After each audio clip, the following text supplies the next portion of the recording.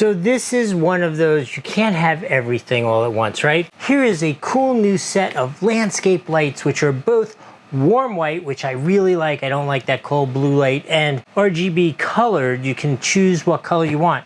The place that I'm gonna have to make a little bit of concession, I'll tell you about in a little bit.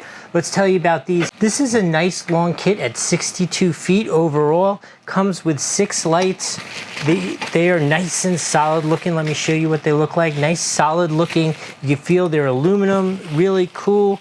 Comes with the stakes, comes with the transformer, comes with the remote is where my commendation is. The one downside to this, which really is a little bit of a drawback for me, is they aren't individually addressable, right? So you can only make it one color at a time. So if it's Halloween, everything's got to be orange, or if it's Christmas, everything's got to be red or green. You have to choose. But I guess that was the concession that I made to get this particular kit. I'm okay with it unless they're really ugly. So what do you say we take it out, set it up, see how it works? I do need to tell you I'm not sponsored. I bought these for myself. I hope they're good because I really need to win that Halloween decoration contest this year, and I think this could move me over the top. In any case, let's take them out and set them up.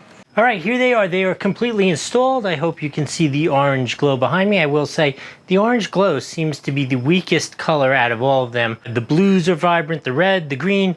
The orange is kind of like meh, but it's okay. It's Halloween, it's gonna work, and it's gonna be red and green soon for Christmas. But here's what I wanted to tell you.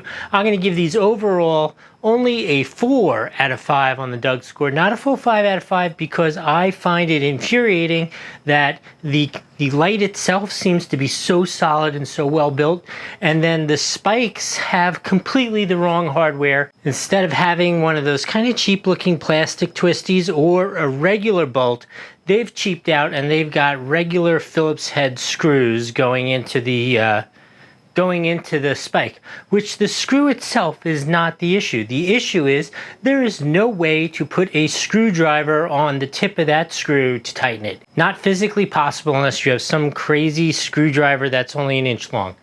Dumbest design ever. They've just cheaped out and has nothing to do with how well the light works, but they wanted to save 15 cents. It can't even be 15 cents. They wanted to save 3 cents or whatever it is by having regular Phillips head instead of a bolt head on the top. But the lights work great.